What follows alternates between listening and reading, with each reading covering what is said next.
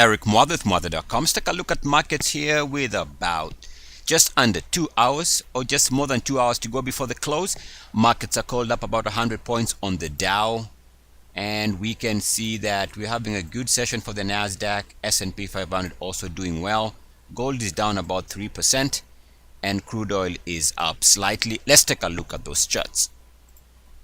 Right now we see the NASDAQ up for the week, so it was down I believe as of 2 days ago, but it's recaptured the level back above the unchanged line for the week.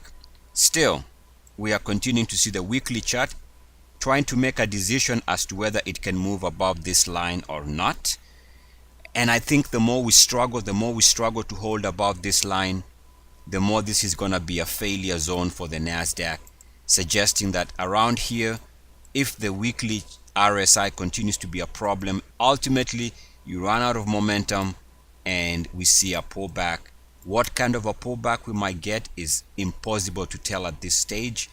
We take a look at the daily chart, and you'll notice that the daily chart really is pretty much at the resistance line and has been hugging this resistance line the last let's go about 4 or 5 sessions. And you can look at this visually.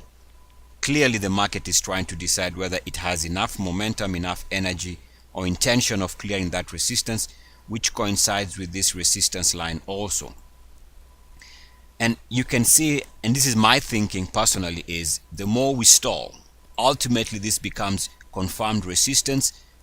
Once that is confirmed on the RSI, it might suggest the next swing trade continues to be with a bias to the downside or for a pullback.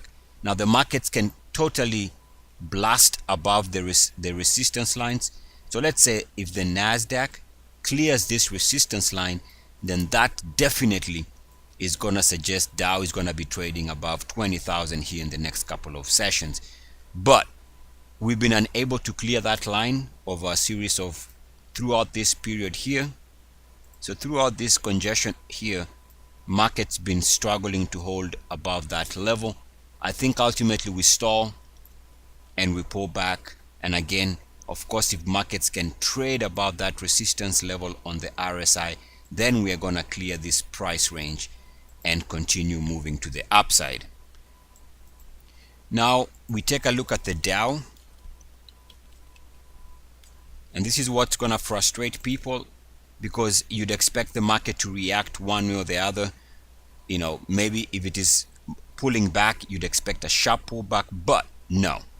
As long as the Dow continues to hold above 69.1, understand that it is going to be very difficult to bring this market down. As long as the Dow can defend 69.1 on the weekly, don't expect any sharp correction at worst, and at best this market continues moving higher. We take a look at the daily for the NASDAQ. We've been trading above that level for quite a long time, and as long as the Dow, irrespective of hour to hour, day to day action, as long as the Dow daily is trading, don't get tired of hearing this, because this is where we can understand what is going on. As long as the Dow is trading above this level on the daily, the market continues to be okay. Now we are starting to see some little bit of a crack, and it is the hourly chart. And the hourly chart right now, we can actually start seeing that there was an attempt to make an improvement in price highs, but take a look at now that the RSI did not make a higher high. That is the first sign of a negative divergence. Keep in mind, for the first time in a couple of days, if not over a period of about 2 weeks, for the first time the Dow is now trading under 69.1, which now opens the possibility of some type of a pullback. Now we take a look at the, by the way, not too fast, because even on the hourly chart there is support taking place. Take a look at this support line on the Dow and you can see that even short term this continues to be support. We might need to break below the blue line even for the market to have any type of a meaningful pullback. So we are still above the blue line. It's a tough market to kill, is what I'm trying to say. Take a look at the 30-minute chart for the Dow. And the Dow also on the 30-minute chart still above this line of support. Don't forget there's also another support line that is gonna come in play. So this was the, just figure out where the breakout began. The nice move in the market corresponds with the movement on the RSI here during this hourly move. Draw a line from there, and any support on this line at some point is still gonna be good support. So even if the market was to break below the blue line, the green area on the RSI could actually be good short-term support. So there's a lot. This market can pull back but not break the recent strong trend. In other words, a true pullback will only take place once the market is trading below these two lines. So the RSI would be below this level to even suggest a strong correction. We take a look at the S&P 500 daily, or let's go to the weekly first. SPX weekly, go back, take a look at the three-year weekly chart. And so let's do this just like the NASDAQ. And what we have here is the possibility of resistance, and this is still playing out. As you can see, we are trying our best to clear that blue line, but if we are unable to do that, then obviously this is going to be confirmed as resistance, suggesting that the next meaningful direction short term is for a swing trade lower. If the market wants to trade higher in the immediate future, it needs to be above that blue line, but seems to be struggling right now. Take a look at the daily. Now the daily chart had just as of today was moving back above 69.1 here. So that's another way you can tell whether the market has momentum in the current environment. As long as the daily for the SPX is above 69.1, you have to allow the market the opportunity to move higher. So we need to watch this for guidance. If the market comes back and trades below 69.1, then now we are starting to see signs of an imminent pullback. Take a look at the hourly for the S&P 500, and we see here that it hasn't broken even the short-term support line, and this is connecting recent lows, connecting the lows here, here, here, here, and also here. So as long as the S&P 500 is holding this line, this market will not pull back substantially. Let's take a look at GLD. Remember, gold is down about 33 points at trading at 1131 thereabouts. Huge drop for gold, and it is consistent with markets that are moving below 30.9 on the weekly. So this weekly drop is consistent with movement below 30.9. Also, we can see that on the daily, this has been our guide, and boy has it been a reliable guide. We've been holding the view that as long as gold or GLD was trading below 30.9 since this period here, that we needed to avoid gold. It has held below that, and it's a good lesson for all of us. Pretty much been trading below 30.9 throughout this drop. That was a very simple tell on why we should avoid the gold trade. It continues to trade below 30.9 on the daily RSI, so even now we still have to avoid the gold sector. As of today, we are seeing the GDX do the same thing. The GDX is right now threatening. In fact, early in the session was down below 30.9. If it stays below 30.9, expect lower prices for the sector. I wanted to go back and take a look at the big picture for gold, because the lesson here for all of us is to understand why gold is off the highs here. And I talked about this for so long that I kind of started thinking that maybe it wasn't going to play out, but there was a couple of lines. Line number one, and this is just a lesson for all of us again to understand how these things play out. We broke below here, we come back and test this line on a back test failure situation. That gave us the high there, and of course you needed to start changing your opinion on gold and expect a pullback. So that was one layer of resistance, and the other one was from the previous break level.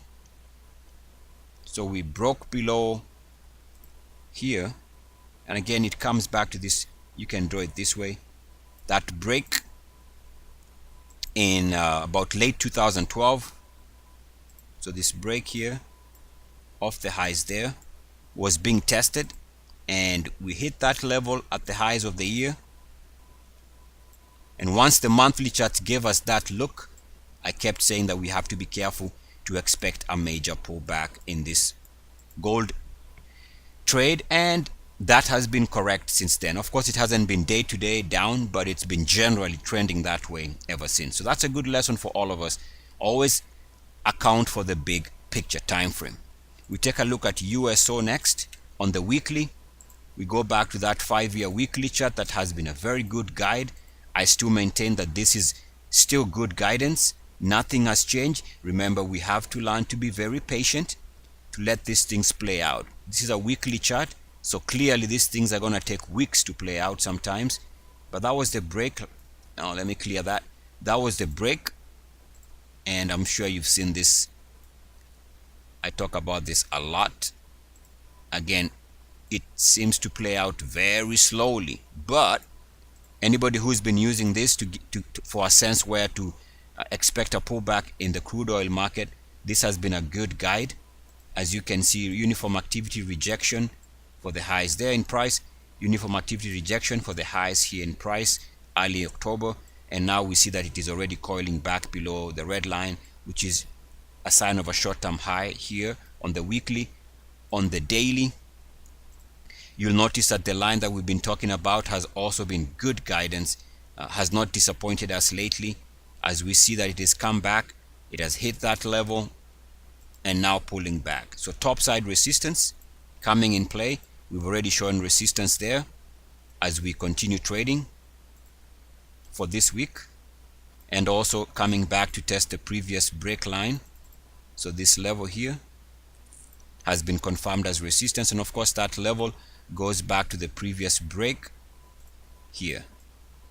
So that break was responsible for bringing the market, this break in RSI trend brought the market off the highs there. Right now we are hitting that level and showing resistance. All this are still pointing to a market, in my opinion, as long as we are unable to move above the blue and the red line on the daily RSI, unless we trade above this, unless we do, we have to assume that net we are looking at a market that over time for a swing trade is now positioning itself to trade lower. And so that continues to be my own personal thinking, that ultimately this is setting up for a pullback lower.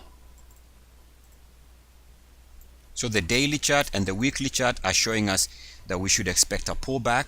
Now let me show you how markets are very confusing. The hourly chart has the exact opposite. You got bottom side support coming in play right now, which might be explaining why it is holding. At the same time, we have the previous breakout line. So this breakout was straight right there. RSI moved above that range, which is off this period here. We draw a line from this because this is where the RSI recovered off the lows recently, and we draw a line, and guess what? The market is coming back and showing support on this line. You got uniform activity here for the lows there, and now we've hit that and we are coiling back up. So hour to hour, there's a slight indication of markets wanting to go higher, and here if there's truly going to be a pullback, it would need to break below those two lines. So to summarize this, and yes, it is confusing, we got weekly charts showing that there's a pullback imminent. Daily charts have already given us an idea of a pullback. Hourly charts are indicating that the market is stable. When you have a situation where you have a conflict between the time frames, usually the bigger time frame wins. So what I would expect here is just a speculation that ultimately the weight, because of the strength of the weekly and the daily chart, means that ultimately we break below these two lines and we start the true pullback in the crude oil sector and the USO ETF itself. As I record this, let me refresh this. Looks like the market, while I was recording the last couple of minutes, market's down since then. So we'll see how that is shaping up on the smaller time frames. And we can see it just to see what the charts are. Even short term on the Dow, we can see that it still hasn't broken that initial support line on the hourly. So yes, pulling back, but really haven't broken below this line. You know, for there to be a true movement lower, hour to hour, day to day, we would need that line to break. And so is the S&P 500. Really hasn't broken below support. I'm not saying it will not happen, but for now, really not a market that is breaking down. Support line continues to be still unbreached. So the markets continue to be okay. They would need a break to begin a true slide. So what I'm gonna do here is just give you the two ideas that not sure we should, but the ones that are close to breaking out. MJNA, I talked about this, a speculative play. Now you can still play this to the upside in my opinion, based on the fact that if it can clear that recent monthly closing high, it's a speculative play. And 0.1388 was your buy point. You'd need it to move above this level, otherwise ignore, please ignore. If it is not breaking out, once and if it moves above 0.1388, the trade is going to be live the minute, the hour, the day it breaks out. You don't have to wait for end of hour, end of day, whatever, or the end of month. Just buy it once you can account for the breakout. So you'd need a price movement above 0.1388 to confirm a buy signal. The other stock is letter Z, and here we are seeing that again. Please hear me out. Let's ignore all this unless they break out. Just ignore them. And what we would need here is for a price breakout above the recent all-time monthly closing high. The level there is a breakout above 39.25. Of course, right now we are below that, so it's not in play. You'd have to insist, please insist, that the stock is above 39.25 before you can consider this even a consideration for a buy. Why? Because you don't want to be buying when markets are looking like they could pull back. We see here that RSI is fine, trading at all-time highs. MACDs, you know, for an IPO, not that bad. Crossover above zero. And so, but I would necessarily, I would wait for the breakout is what I'm saying. Wait for the breakout above 39.25. And for those of you who trade options, just take a look at the stocks we mentioned here. As recently, I believe on Monday, some of the short candidates, just take a look at this Monday video for ideas on stocks that you could consider on the short side, because if the market is pulling back, some of these stocks were very weak, which would suggest that if and when they confirm some of the sell signals that we've been looking at, they could be in place. So for those looking for ideas, go back to Monday's video, I believe on the 12th. Actually, I'm sure on the 12th, because it says on the 12th, which was Monday, and see whether you can find some ideas to trade on the short side if the markets are truly breaking down. Eric Muathe, Muathe.com. I'll keep you guys posted. As always, good luck, peace, and blessings. ERCS. Woo!